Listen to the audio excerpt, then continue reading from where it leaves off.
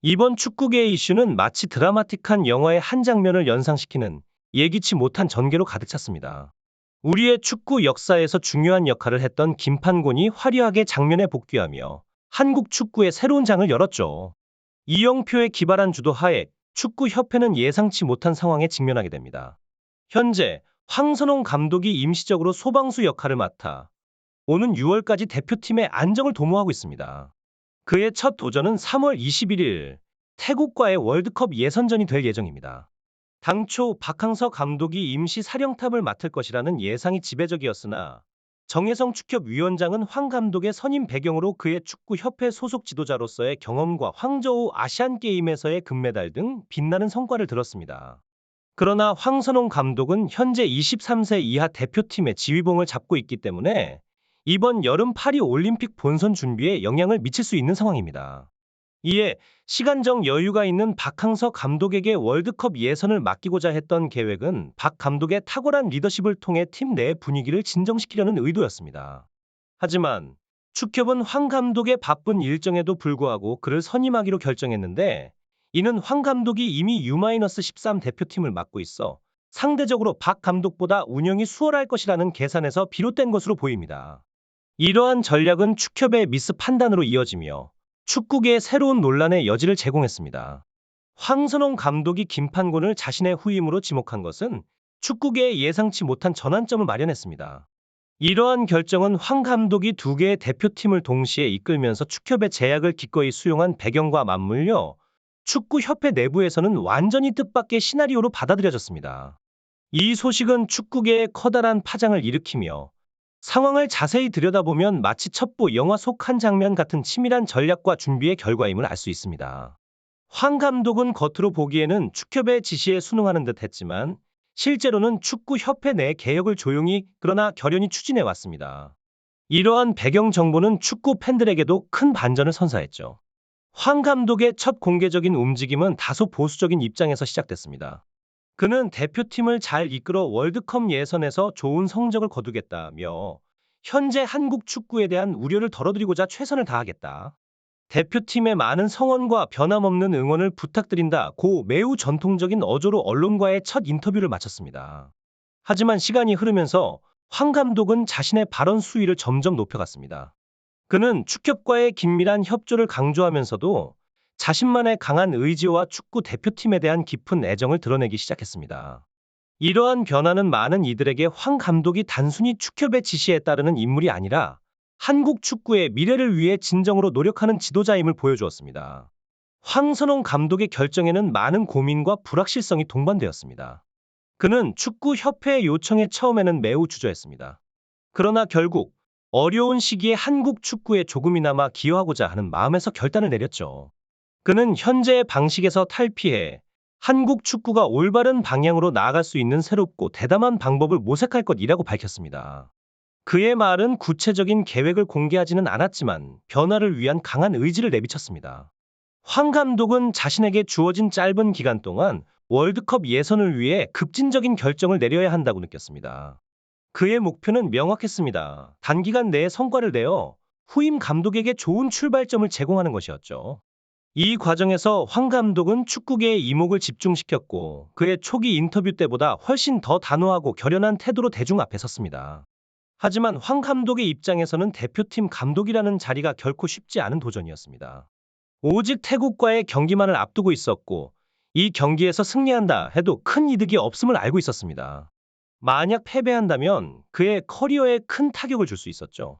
더욱이 월드컵 예선 준비에 모든 초점을 맞추다 보면 올림픽 대표팀의 성과가 부진할 경우 황 감독의 미래는 매우 어두울 수 있습니다.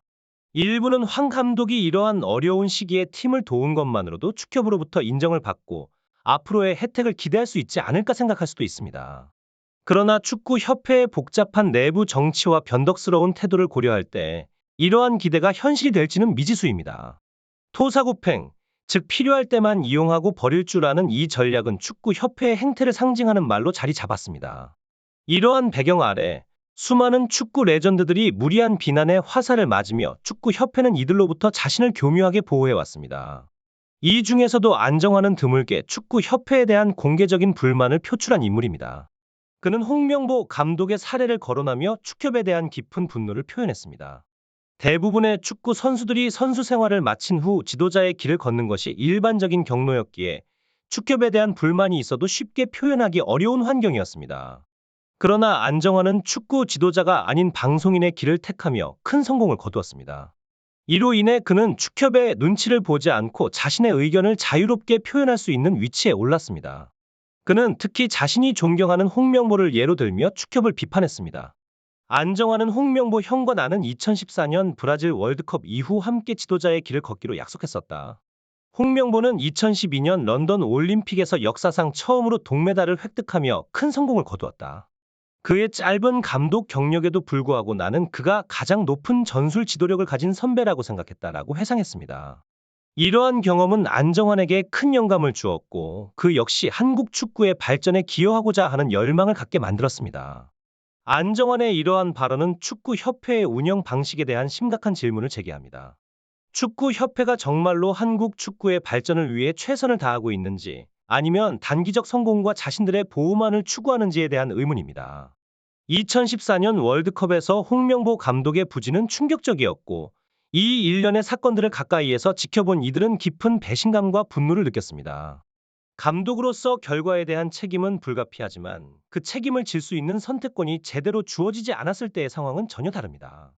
홍명보 감독은 축협의 간섭으로 인해 선수 선발조차 자신의 의도대로 진행할 수 없었습니다. 특히 올림픽 대표팀과는 달리 월드컵 대표팀 운영에 있어서 축협의 영향력은 막대했고 이는 국민적 관심이 집중되는 월드컵에서 더욱 심화되었습니다. 인맥을 통한 선수 선발이야말로 커리어의 한 줄을 추가할 수 있는 유일한 방법처럼 여겨졌죠. 언론은 홍명보 감독의 결정을 무리하다고 비판했고 대중들은 그를 인맥 장사를 하는 것처럼 비난했습니다. 이러한 상황 속에서 홍명보 감독이 결국 경질되었을 때의 상황은 더욱 암울했습니다.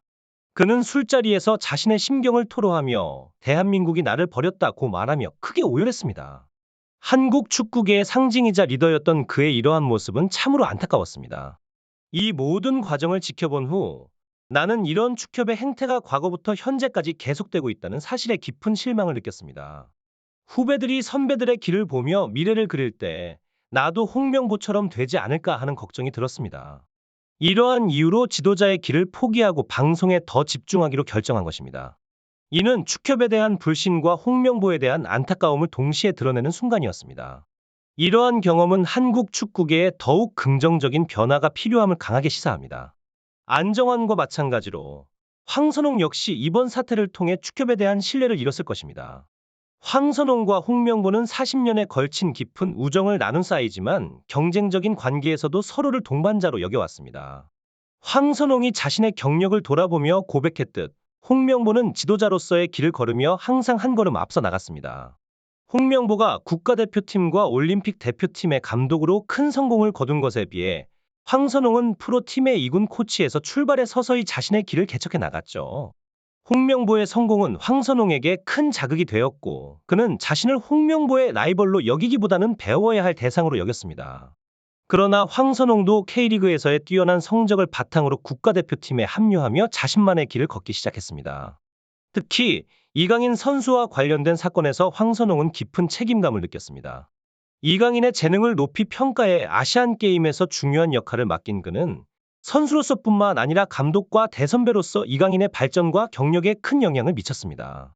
결과적으로 이강인과 함께 아시안게임 금메달을 획득하는 등 성공적인 결과를 만들어냈지만 그 과정에서의 어려움과 고민은 황선홍을 한층 성숙한 지도자로 성장하게 했습니다. 이러한 경험은 황선홍에게 축구협회와의 복잡한 관계 속에서도 자신의 가치와 선수들의 발전을 최우선으로 여기는 중요한 교훈을 남겼습니다. 그는 이제 한국 축구의 미래를 위해 축협의 영향력을 넘어선 자신만의 철학과 비전을 실현하기 위한 새로운 도전에 직면해 있습니다. 황선홍 감독이 대표팀의 대선배로서 그 역할을 충실히 이행했음에도 불구하고 일부 선수들의 개념 없는 행동은 결국 팀 내의 문제를 더욱 복잡하게 만들었습니다. 클린스만 감독과의 비교에서도 드러나듯 황 감독이라면 분명 더 조심스럽고 신중한 행동을 강조했을 것입니다. 특히 PSG 입단으로 주가를 높인 이후에도 황 감독의 지도 아래였다면 선수들은 현재와 같은 무분별한 언행을 자제했을 가능성이 높습니다. 이는 감독의 권위와 팀 내의 질서 유지에 있어서 중요한 역할을 하는 것이며, 클린스만 감독이 문제에 대해 방관하며 적극적으로 개입하지 않은 것이 문제의 심화를 초래했습니다.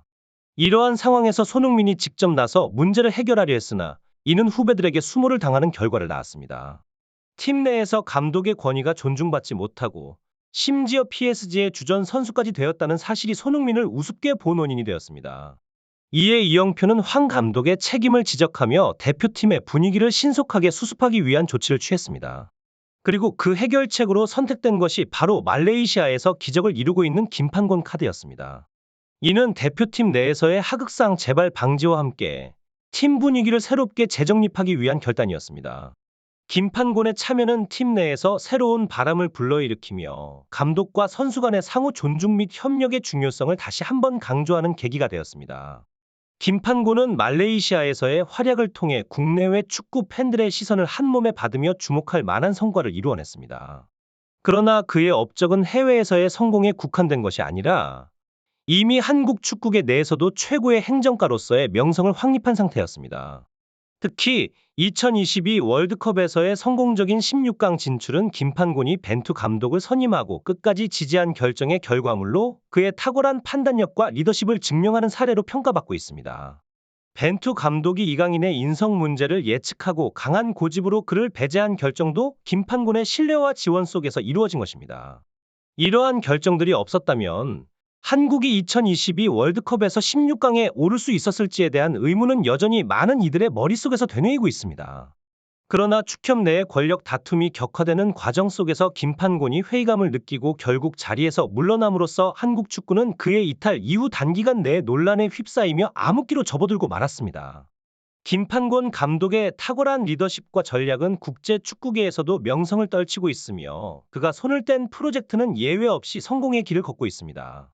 특히 홍콩에서의 피닉스 프로젝트는 그를 홍콩 축구계의 아버지이자 대부로 칭송받게 만든 대표적인 성공 사례입니다. 말레이시아에서도 그의 영향력은 막대하여 박항서 감독이 일으킨 신드롬을 능가하는 전설적인 인물로 자리매김하였죠.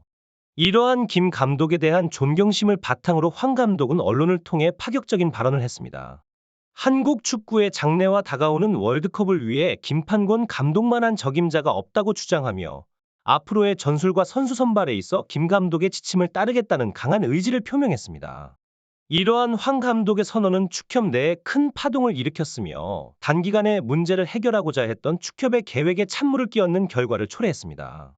축구 팬으로서 김판곤 감독의 귀환을 간절히 바라며 한국 축구계를 위해 노력하는 모든 레전드들에게 깊은 감사의 마음을 전합니다.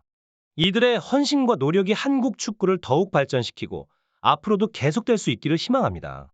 오늘의 이야기를 여기서 마무리하며 한국 축구의 밝은 미래를 위해 함께 응원합시다.